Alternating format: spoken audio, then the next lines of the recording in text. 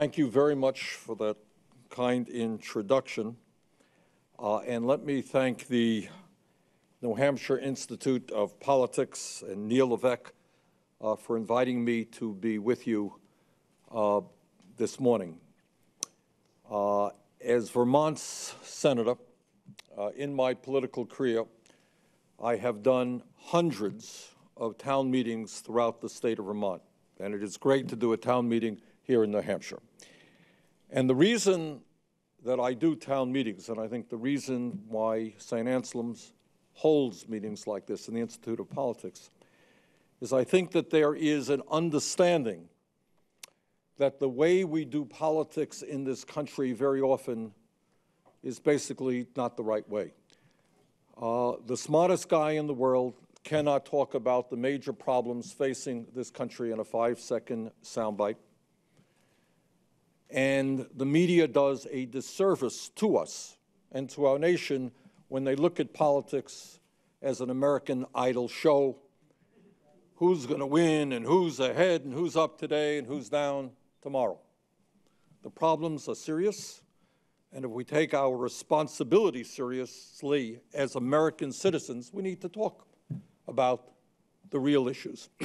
Respect each other's different point of view and learn from each other. Let me begin by telling you a little bit about myself and about my political history, which is very different, I think, than most folks in the United States Senate. I started off my life living in Brooklyn, New York. You all have heard of that town south of here. And my dad was a paint salesman, and that's what he did his whole life. He came to America from Poland at the age of 17 without a nickel in his pocket. And he didn't end his life with a lot more than that. He worked very hard, never made a whole lot of money. But it turned out, not being very political, we were not a political family, he ended up, I perceived as I grew older, how much he loved this country. And he loved this country because it gave him the freedom to raise 2 kids. He never didn't graduate high school, but his kids graduated college, and that was a pretty big deal in our family. And he had financial security in the sense that he always had a job, never any money, but he had a job. And that meant something to somebody who started off without any money. I went to the state of Vermont just about 50 years ago, which was the best decision I ever made in my life. That was great. And in the early 1970s, I ran for statewide office.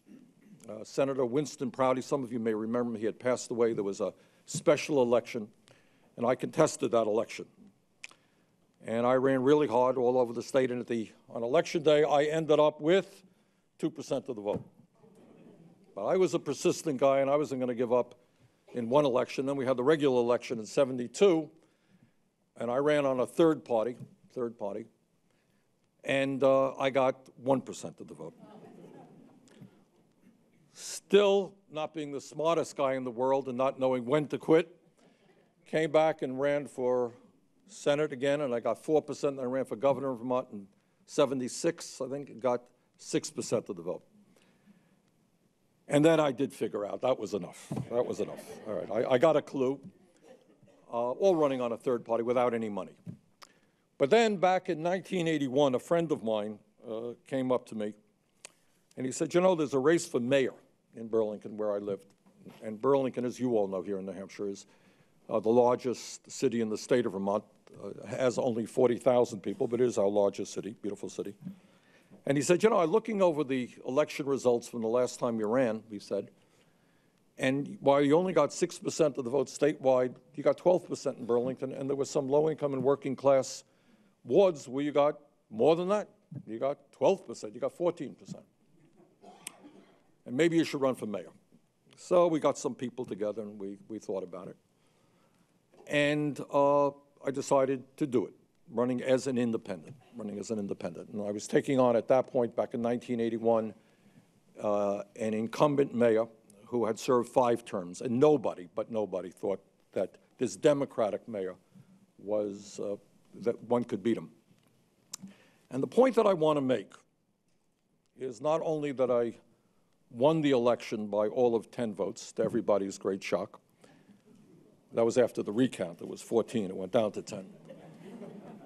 But that how we won that election became a political lesson that has stayed with me for my whole life.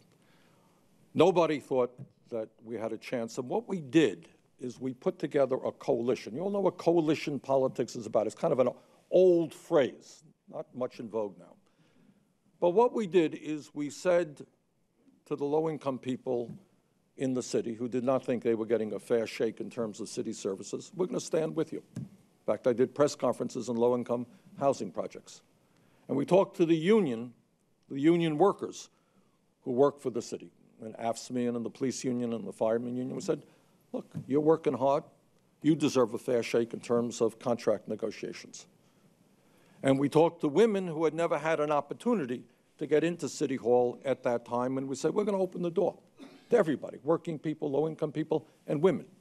You're not represented in City Hall. We're going to do that. And we talked to the environmentalists in the community who were concerned about a number of projects that were anti-environmental. And we put together this strange coalition, and it was so strange I often worried what would happen if we got them all in the same room at the same time, because they were very different people. But they had the belief that we should open the doors of government, that we should allow everybody in, that government should not just work for the downtown and the big money interest, but it should work for all people. And we won that election. We won that election by 10 votes. Now, I am very proud of what I accomplished as the mayor of Burlington. I think many of you have been to Burlington. It's a great city. But of all of my accomplishments as mayor, and of all of the many accomplishments that I'm proud of, that I did when I was in the House and that I'm doing in the Senate, probably at the very, very top of that list is one that most people, most media people would think is irrelevant. But here's what that accomplishment was. We doubled voter turnout from 1981 to 1983.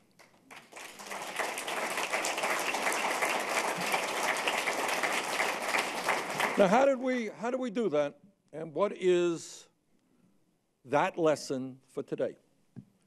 What exists all over America today is that millions and millions and millions of people, working people, low-income people, young people, they look at the political process and they say, not for me. I don't know what these guys are doing, but it sure is not relevant to my life. And no, I am not going to vote. And so we have millions of people who don't vote. Or we do have other people who go into the polling booth, they hold their nose, and they vote for what they perceive to be the lesser of two evils. Or we have other people who will vote for this or that issue. Somebody will get them going on this issue or that issue. But what we did in Burlington, and it's the lesson that I've never forgotten, is that if, in fact, you listen to what people have to say and what they need, and you do your best, and it's hard, and you're not perfect, and you make mistakes, and you can't always do everything you want. But if people know you are listening to their needs and you fight for them, you know what? They participate in the political process. They come out to vote. And we ended up winning in Burlington. We took on Democrats, we took on Republicans, and we ended up winning 2-1 in the low-income and working-class wards of the city. And that lesson has always stayed with me. How, in fact, do you make government relevant to all of the people in a democratic society? How do you involve people in the process? How do you stand up and fight for ordinary Americans? Now, my view is, and what I'm going to be talking to you about today, is that our great country, and we all love our country, and we worry about our country, that our great country today probably has more serious problems than at any time since the Great Depression of the 1930s. And if you throw in what the scientific community tells us, that climate change is real, that it is already causing devastating problems, and that it is likely to get worse unless we reverse and cut back on greenhouse gas emissions. If you throw that in, we may have more serious problems today than at any time in the modern history of this country. And at the center of what those problems are, what people perceive, what every poll tells us, is that people understand the sad reality that the great middle class of this country, which was once the envy of the entire world, that middle class is disappearing, and people understand that millions of people are now falling into poverty, that we have more people living in poverty today than at any time in the history of the United States of America. And people understand that real unemployment, if you include those people who have given up looking for work and people who are working part-time when they want to work full-time, they understand that real unemployment is not 6.5%, but it is close to 12%, that youth unemployment is near 20%, African-American youth unemployment almost double that. And people understand, because they are living the reality, that millions of Americans today, despite a huge increase in productivity, despite all of the robotics and all of the space-age technology and all of the increase in productivity so that the average worker today is producing more, people understand and know, because it is their lives, that they are working longer hours for lower wages. And that many people in my state and in your state, they're not working one job, they're working two jobs, they're working three jobs, trying to cobble together an income and maybe some health insurance. And people understand when we talk about health care that there is something profoundly wrong when in this great nation we are the only major country on earth that does not guarantee health care to all people as a right of citizenship.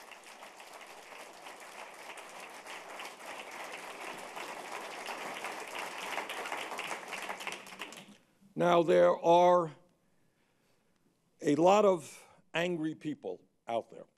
They're angry in Vermont, they're angry in New Hampshire, they're angry in Mississippi, California, all over this country. And what they are angry about, and I'm going to bore you with some statistics, but I think it's important that you hear it. They are angry that since 1999, the typical middle-class family has seen its income go down by more than $5,000 after adjusting for inflation. Got that? And people are working hard. Why is their income going down? They are angry because that same typical middle-class family, that family right in the middle, earned less income last year than it earned 25 years ago. And maybe that's an issue we might want to be chatting about a little. They are angry because the typical male worker made $283 less last year than he did 44 years ago. All right? So you see these guys, and they're angry, and they're furious. They don't quite know where their anger should go, but they're angry, and that's why. They're working, their incomes are going down. Typical female workers earned $1,700 less last year than they did in 2007, despite all of the increases in productivity. And people are angry and they are frightened and very, very nervous about the fact that half of all Americans have less than $10,000 in their savings account. Can you imagine that? Half of all Americans. That means you're one automobile accident away from disaster, one illness away from disaster. And when people are 50 and 55 and 60, and they're thinking about retirement, and they have $10,000 in the bank, they are pretty nervous about the future of their lives. Today in America, over 5.5 million young people have either dropped out of high school or graduated high school, and they have no jobs. And they are hanging out on street corners in Vermont and New Hampshire and California and states all over this country. And a lot of these kids with no jobs, with no future, are doing destructive or self-destructive activities. And I don't have to talk to you about heroin or opiate addiction, and I don't have to tell you that there's something fundamentally wrong in our country when we end up with having more people in jail than China or any other country on earth.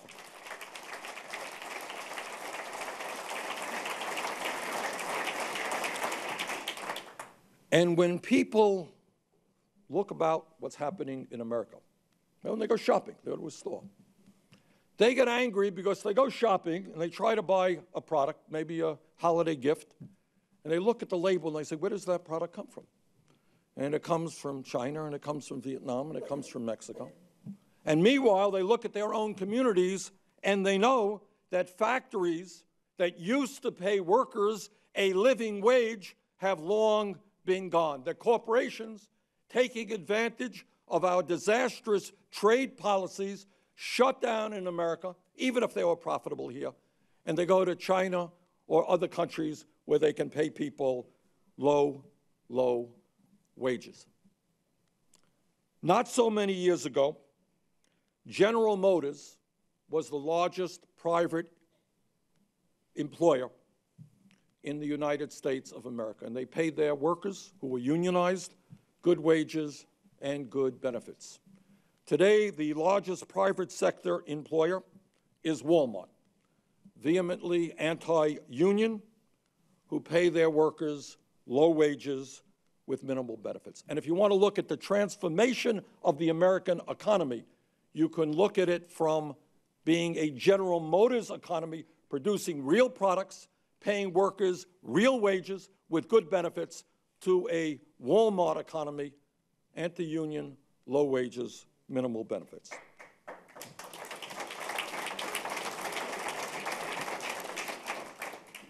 In terms of education, and I think we all understand that the nation does not go forward. We do not compete effectively in the global economy. We don't do the important things unless we're a well-educated nation.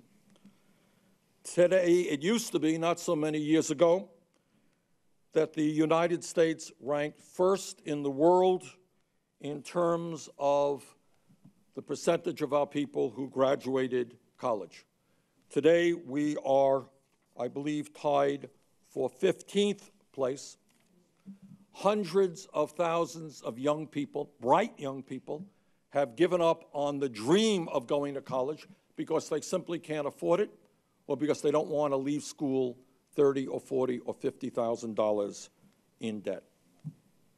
And perhaps most sadly and most fundamentally is that people, middle-aged people, working families, they shake their heads, not only in terms of the stress of what is happening to their own lives, but even more significantly, they worry about their kids and their grandchildren.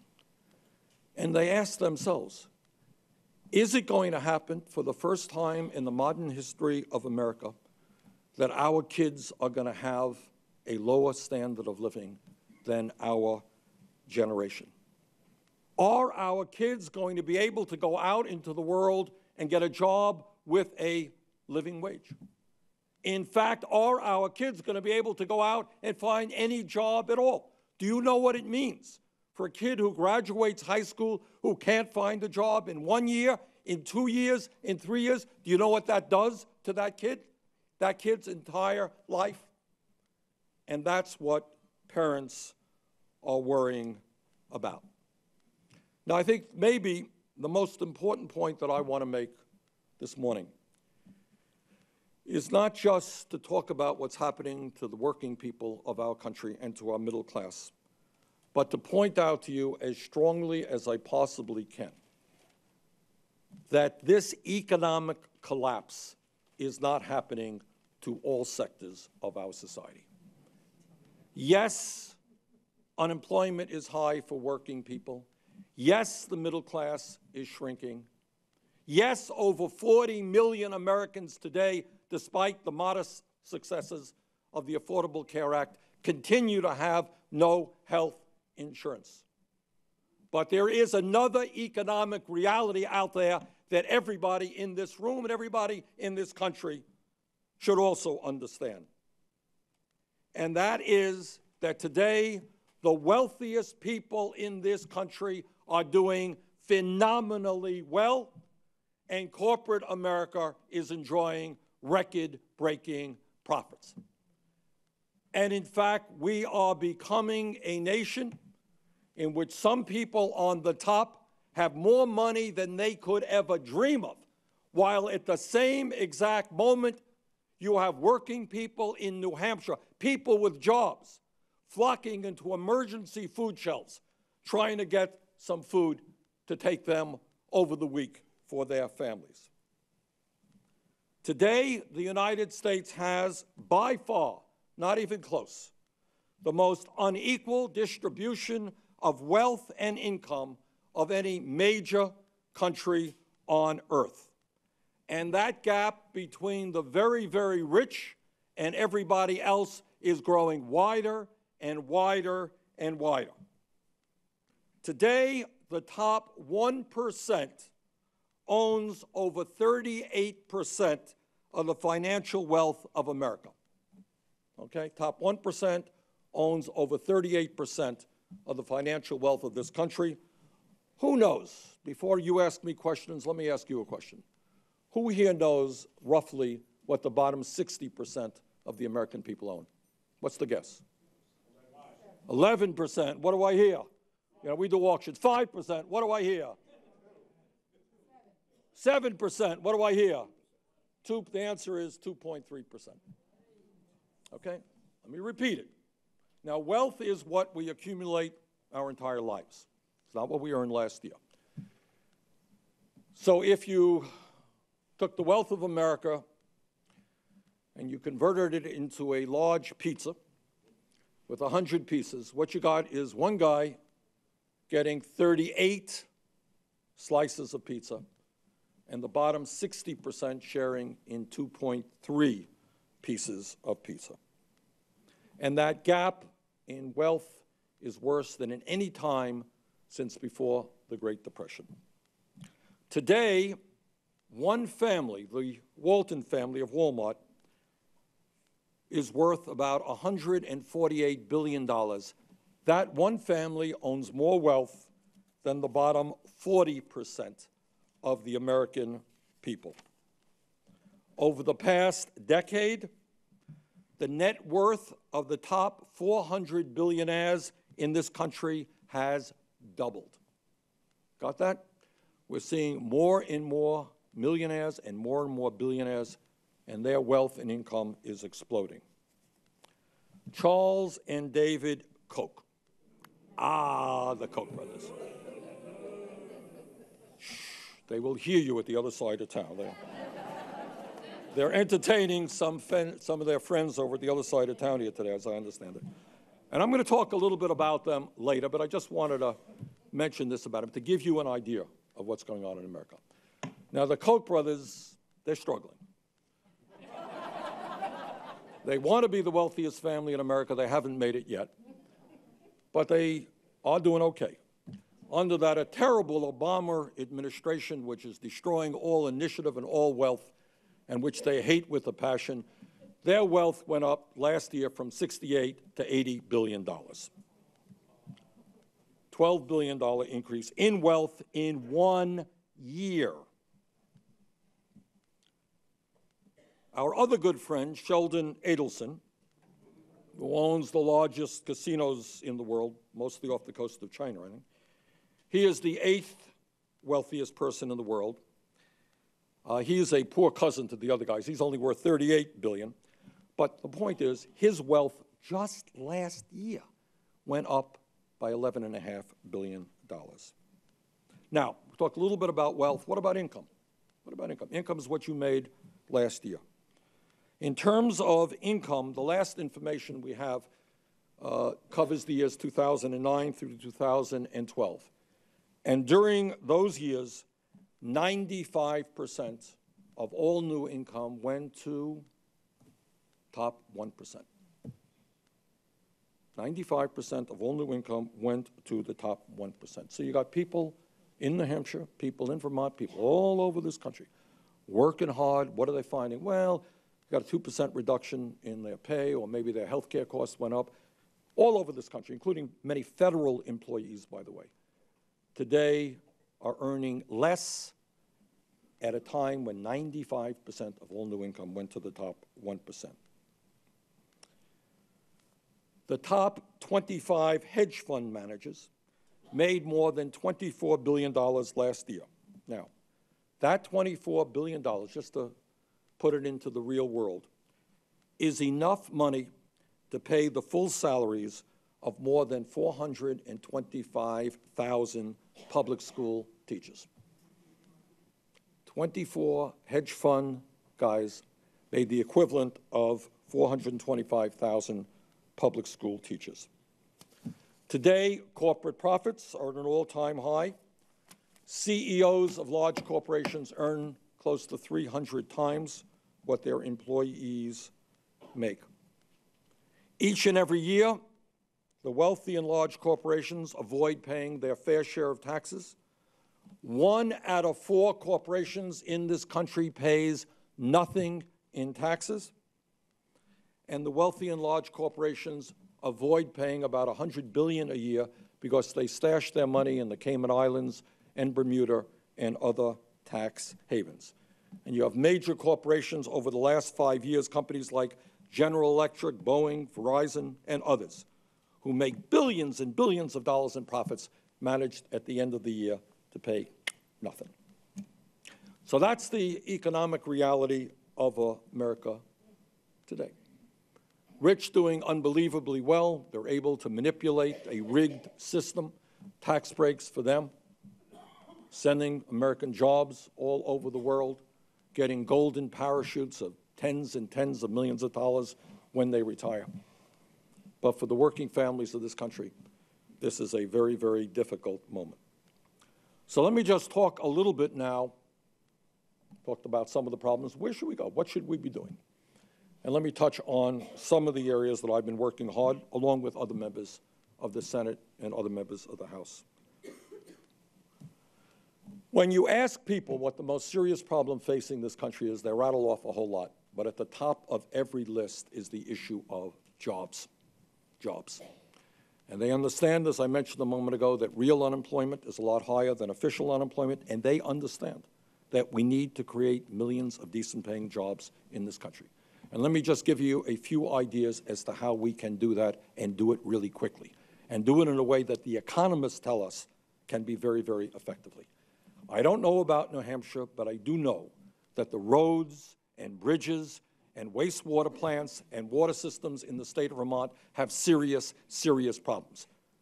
In fact, the Society of Civil Engineers talks about trillions of dollars in infrastructure deficit. We need a massive amount of work to rebuild our roads, rebuild our bridges, rebuild our rail system, which is now falling further and further behind Europe, Japan, and China. If we invested in a significant way in rebuilding our crumbling infrastructure, not only would we make our country more competitive and productive, we can create millions of jobs doing that, and that is exactly what we should be doing.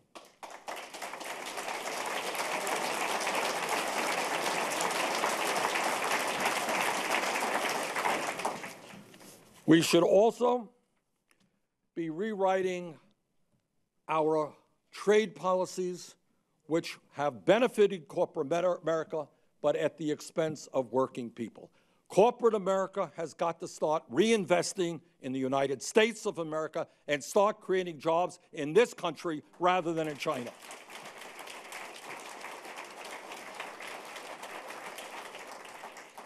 And then we also have to pay a whole lot of attention to the wage situation in this country.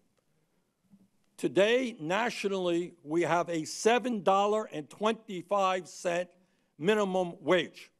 That is obscene. That is unacceptable. We have got to raise the minimum wage.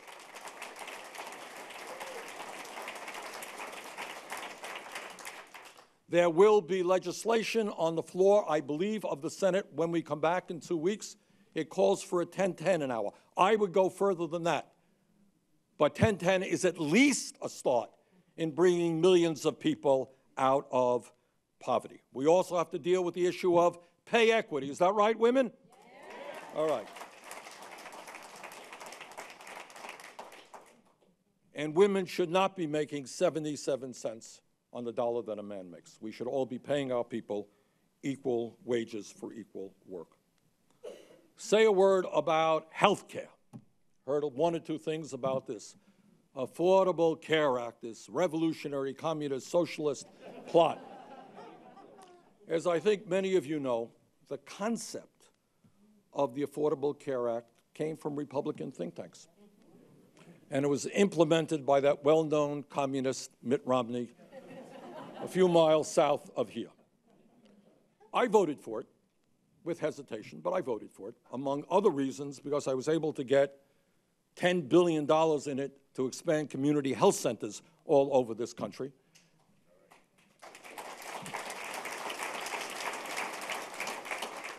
And get some other provisions in there for disease prevention and make it easier for people to get to medical school and pay their medical bills so we can deal with primary health care. But let me be very clear.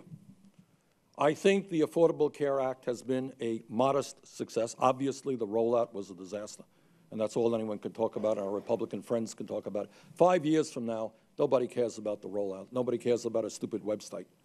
What people care about is whether human beings in this country are actually being able to go to a doctor when they need to. There was a study some years ago at Harvard University, and what they told us is that 45,000 Americans die each year because they don't get to a doctor when they should. And I talked to a whole lot of doctors, and every one of them will tell you, yeah, well, she walked into my office, she was really sick, and I said, why didn't you come in here 6, 8 months ago? She said, well, I didn't have any health insurance, I don't want any charity, and by the time she walked into that room, it was too late. All over the country, that is what happens. As a nation, we have got to ask ourselves a very simple question with regard to health care. How does it happen that in this nation we end up spending almost twice as much per person on health care as do the people of any other country, and yet we end up with 40 million people with no health insurance, even more, including people in this room who are underinsured, who have large co-payments and deductibles. Is that correct? All right. And yet, at the end of that, our health care outcomes compared to other countries in terms of infant mortality, in terms of longevity, are not particularly good. And the answer is that to a very significant degree, what health care in America is about is making money for private health insurance companies.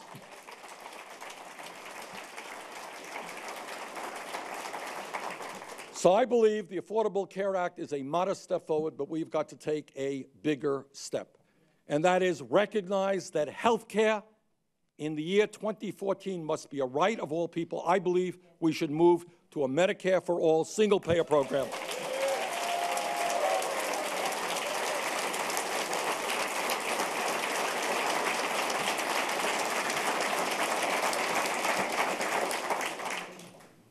I said a word before about education, and I'll just add a few words to that. Education is what life is about.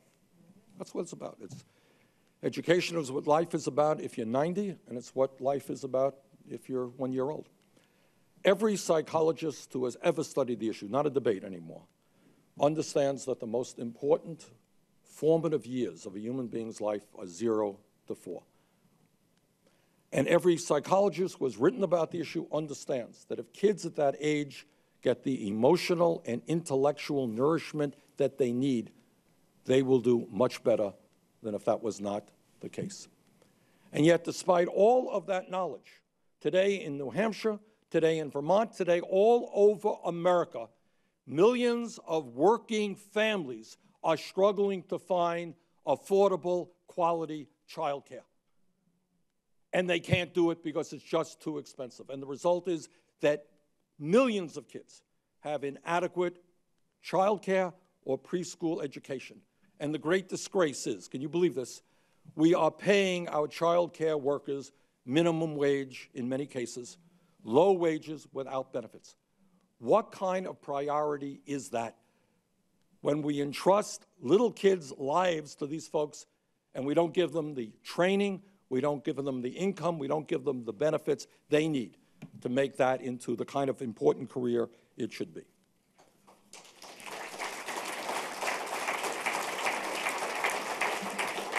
And I think maybe we might learn something in terms of education from countries like Germany, Denmark, Finland, Sweden. And you know what they say? And they have said it for a very long time in other countries. They have said that in a competitive global economy, they understand they need the best educated workforce possible. And what they understand is that it is insane, that it is self-destructive to say to working class kids, well, sorry, you may be really smart, you may be really energetic, but guess what? You can't afford to go to college. That's the way it is. Or if you do go to college, you're going to come out $50,000 in debt. Maybe we can learn something from countries all over the world who say that you will get a college education without cost, regardless of what your income is.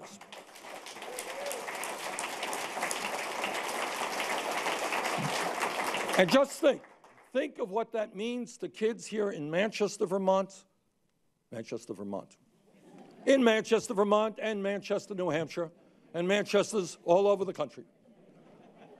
When kids who are in the 5th or 6th grade know and have been told that if they do well in school, if they study, they are going to be able to go to college. They are going to be able to make it into the middle class. Just doing that can transform education from all over this country. Now, I want to talk a little bit about another area that I have spent a bit of time working on. That is the issue of retirement security. At a time when only 1 in 5 workers in the private sector have a defined benefit pension plan, when half of Americans have less than $10,000 in savings, and 2/3 of seniors rely on Social Security for more than half of their income, our job is to stand up strong and say to our friends on the other side of town today, our right-wing Republican friends, you are not going to cut Social Security.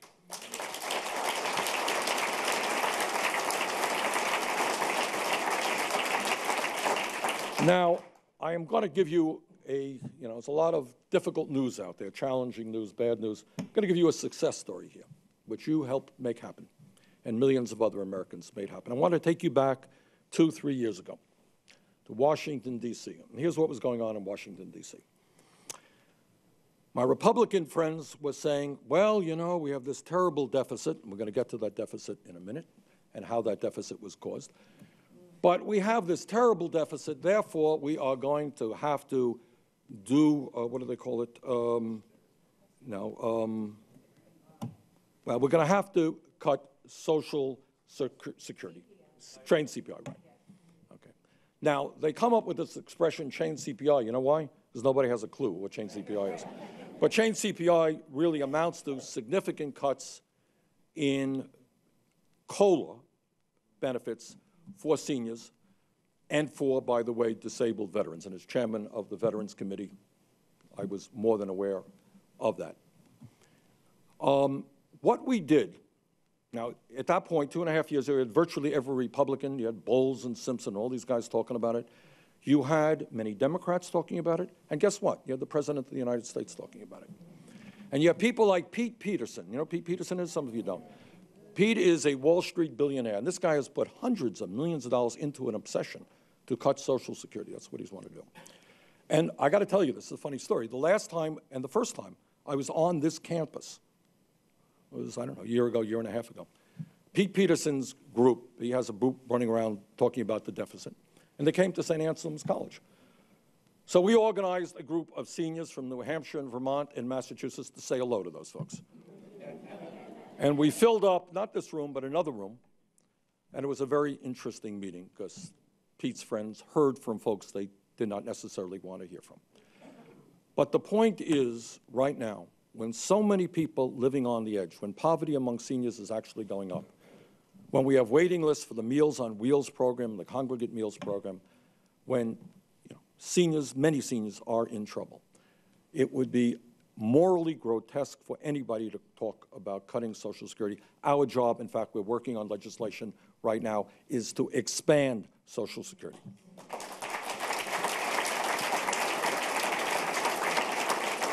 And when anybody tells you, and a lot of, I'll use the nice word, misinformation out there about Social Security going broke, I think you all know that Social Security can pay out every benefit owed to every eligible American for the next 19 years. And if you do one very simple thing, you can make Social Security stronger for the next 50 or 60 years. You know what that is? Right now, somebody makes $10 million a year, somebody makes $117,000 a year. They both contribute the same amount into the Social Security program. Lift that cap.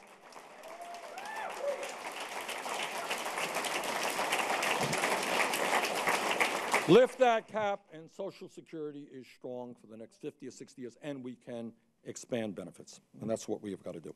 I want to say another word on an issue which is very troubling to me, and it's an interesting issue because it's brought some strange bedfellows together. We pride ourselves on being a free society, and we need a serious national conversation about what that means. What does it really mean? Are you a free society if every telephone call that you make ends up in an NSA file? I don't think so. Are you living in freedom if some of your email exchanges are intercepted, or there is knowledge on the part of the government about the websites that you visit? I don't think so. And that is why I voted against the USA Patriot Act and the reauthorization of the USA Patriot Act.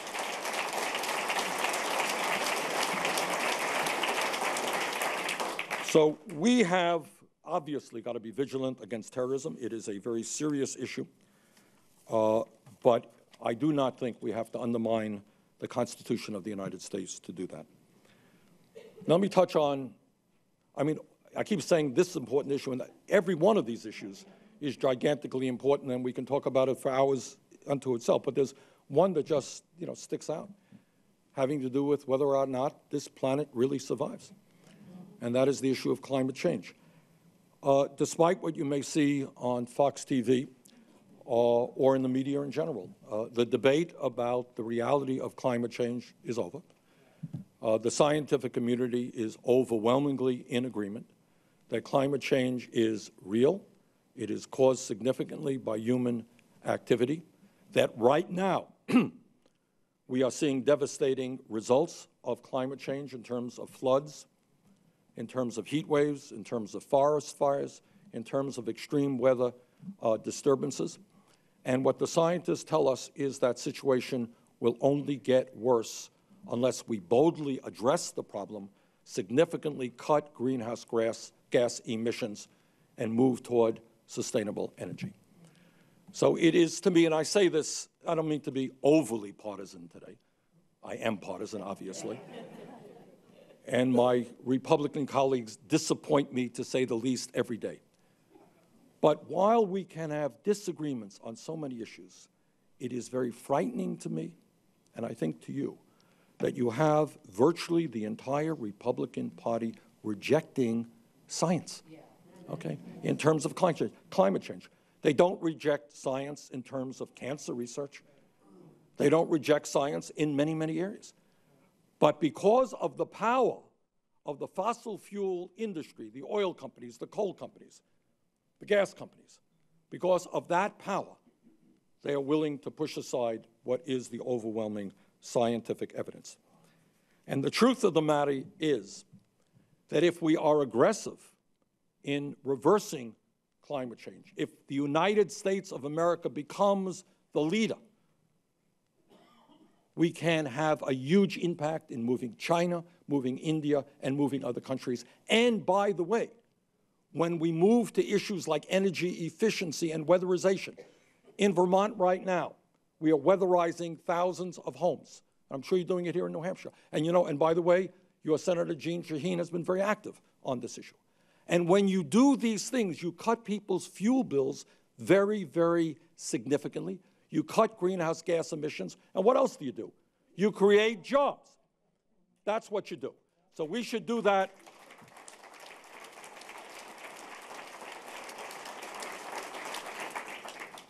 All right, be patient. I'm coming to the end. Keep going. All right. Now, and I mean in truth, I don't know how to juggle. You know, people say, why did you put this thing first and that thing second? They're all enormously important. They're all about the future of America. But I want to now get to another issue, which maybe in a way supersedes everything else. And that is what for many people is not a particularly sexy issue, but it is right in the heart of everything. And that is campaign finance.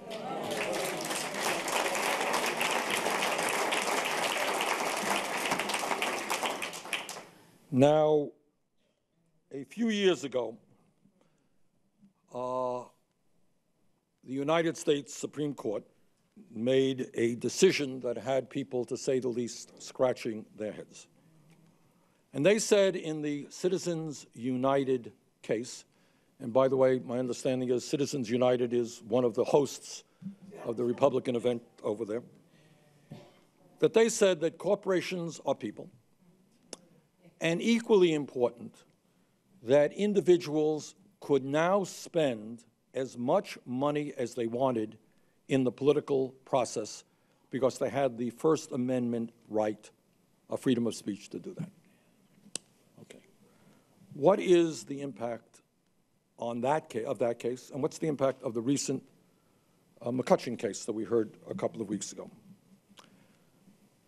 And here is the impact, and I want you to think very, very seriously about this. Everybody in Vermont and in New Hampshire and America, we all have different opinions about this, that, and the other thing. That's called democracy. But I would hope, in respect especially to those people who fought and died to defend democracy and our way of life, that there is not a difference of opinion. That in the United States of America, billionaires should not be able to buy elections.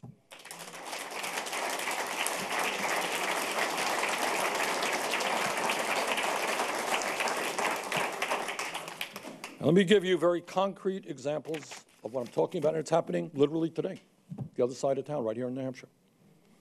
A few weeks ago, we saw a remarkable spectacle in Las Vegas, Nevada. They have a lot of spectacles in Las Vegas, but this one was really quite remarkable.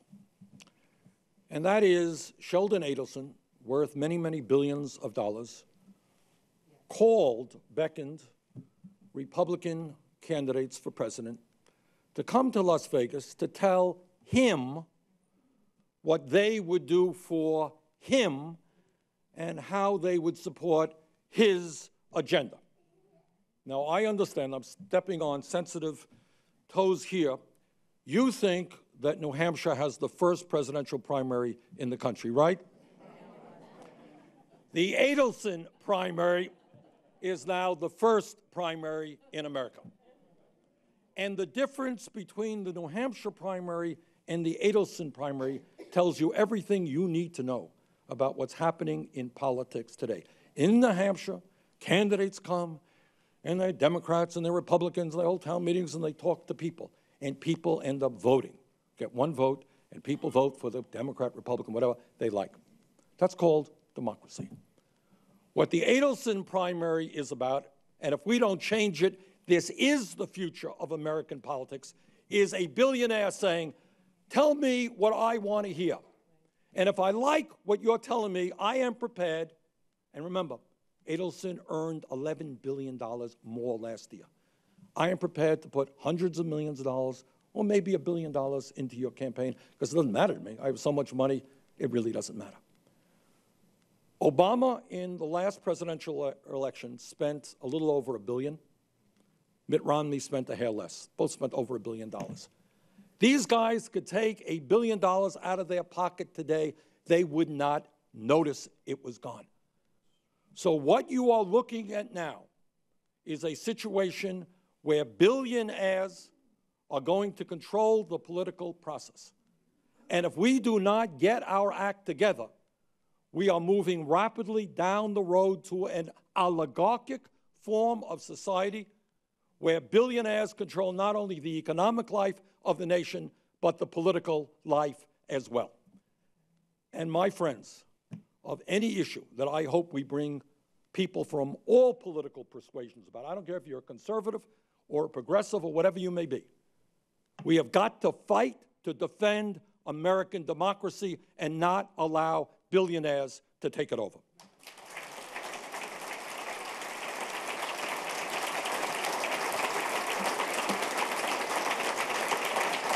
And by the way, while it is absolutely true that the Republican and right-wing billionaires are spending a lot more money, there are Democratic billionaires spending money as well. And we've got to oppose that as well. And that is why I very strongly support, I'm not much into constitutional amendments. You know, the guys, you know, there's some people out there who have 50 different constitutional amendments every day. I'm not into that. But I do believe and have introduced a constitutional amendment to overturn Citizens United.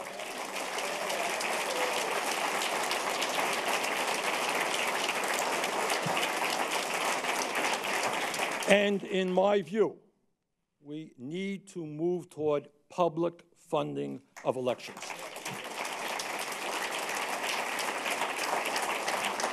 Honest people can and do and will have differences of opinion. That's called democracy. I don't claim to have all the answers to everything. But I think what we want is campaigns that are based on ideas and not simply the ability of billionaires to flood the airwaves with ugly 30-second ads. Now, when I talk about campaign finance, people say, well, yeah, it's an important issue.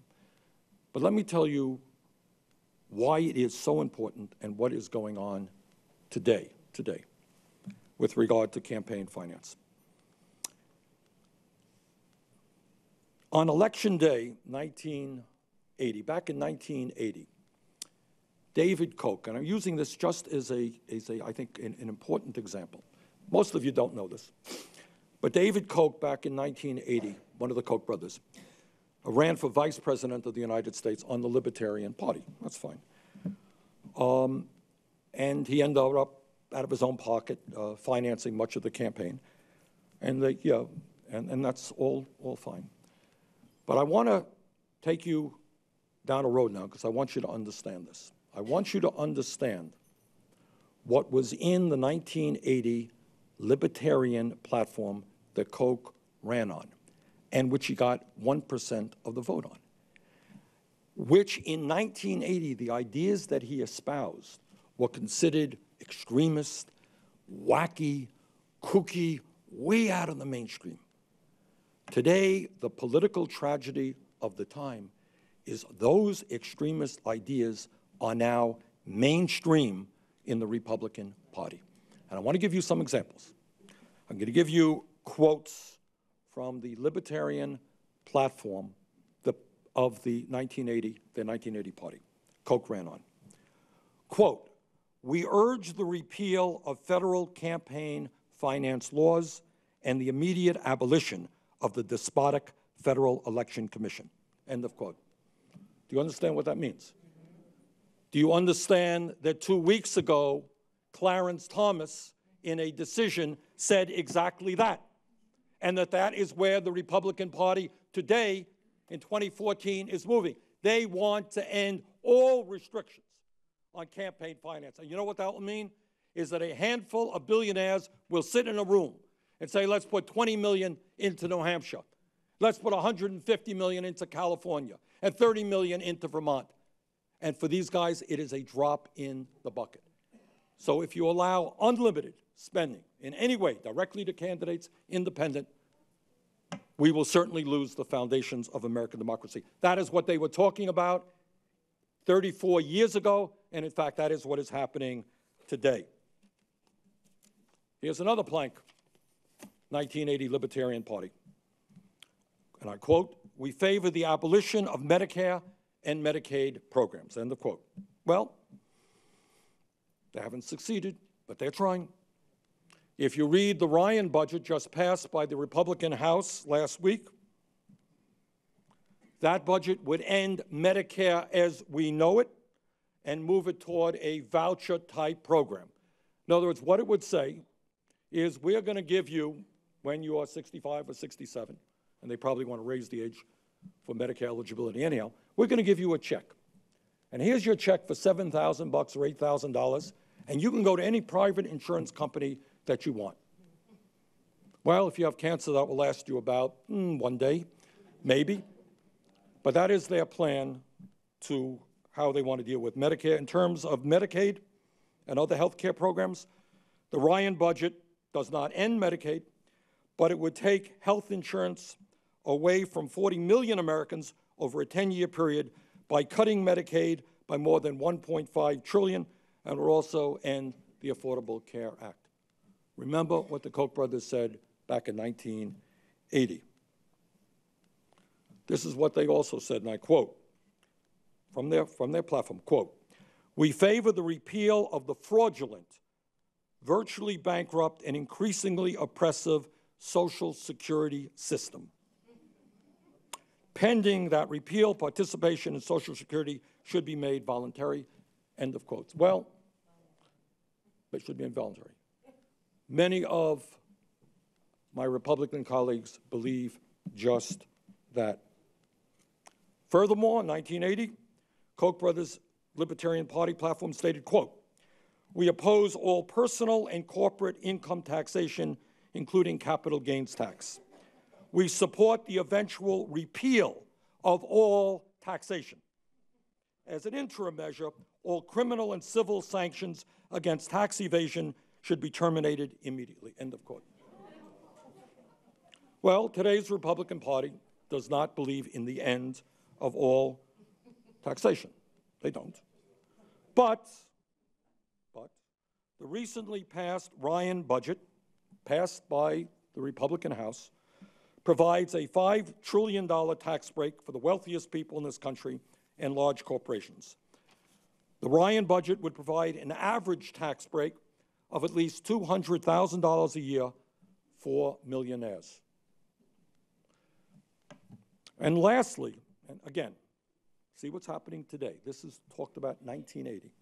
Libertarian Party staked out a very clear position on the minimum wage. Quote, "We support repeal of all laws which impede the ability of any person to find employment, such as minimum wage laws," end of quote. Do you understand what they're saying? Many people don't. They're saying we not only oppose increasing the minimum wage, we want to do away with the concept of minimum wage, because our freedom-loving friends at the other end of town today believe that you should have the freedom, if you're in a high unemployment area, to work for $3 an hour. You don't want the government coming in. And they should have the freedom to throw all of their crap into the rivers and lakes and air, pollute our society, because you don't want to restrict them from doing that and limit their freedom. And if you are hungry, you have the freedom not to be able to feed your families, because we don't believe in nutrition programs. And if you are 65 or 70 and you are sick, you have the freedom to die, because we don't believe in federal Medicare or Medicaid.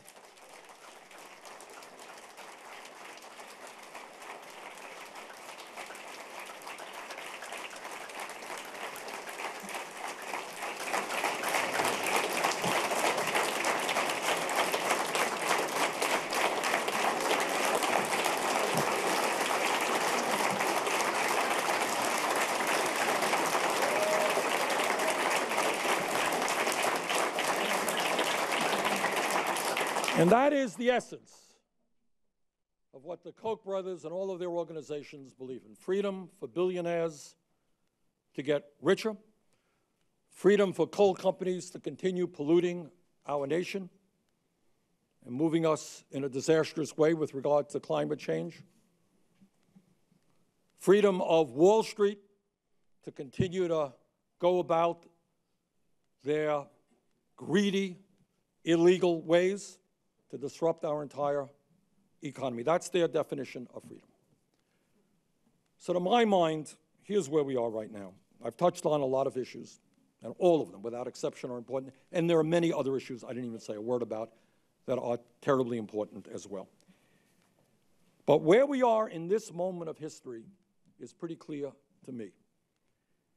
And that is whether or not, and it is not easy, and I'm not here to tell you that it happens by snapping your finger, whether or not we can bring about a political revolution in this country which demands and urges millions and millions of working people, middle-class people, young people, old people, people who are so disgusted with the political system today, they don't want to vote, they don't want to go near it. They turn off their TV sets when they see the ugly ads.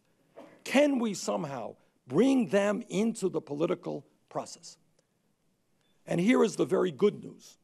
On every single issue, based on every poll, and I look at these polls that I have seen, what these guys, the Koch brothers and our right-wing Republican friends are talking about, they maybe reflect 10% of the American people, 15% of the American people. You go to conservative states, go to Mississippi, go to Alabama, go to Oklahoma, stand on a street corner and say, do you believe that we should cut Social Security, Medicare, and Medicaid and give tax breaks to billionaires? And they will laugh at you. Nobody believes that. Very few people believe that. And what our job is to understand that there are issues. I'm 100% pro-choice all my life. I believe in gay marriage. Vermont has led the nation on that.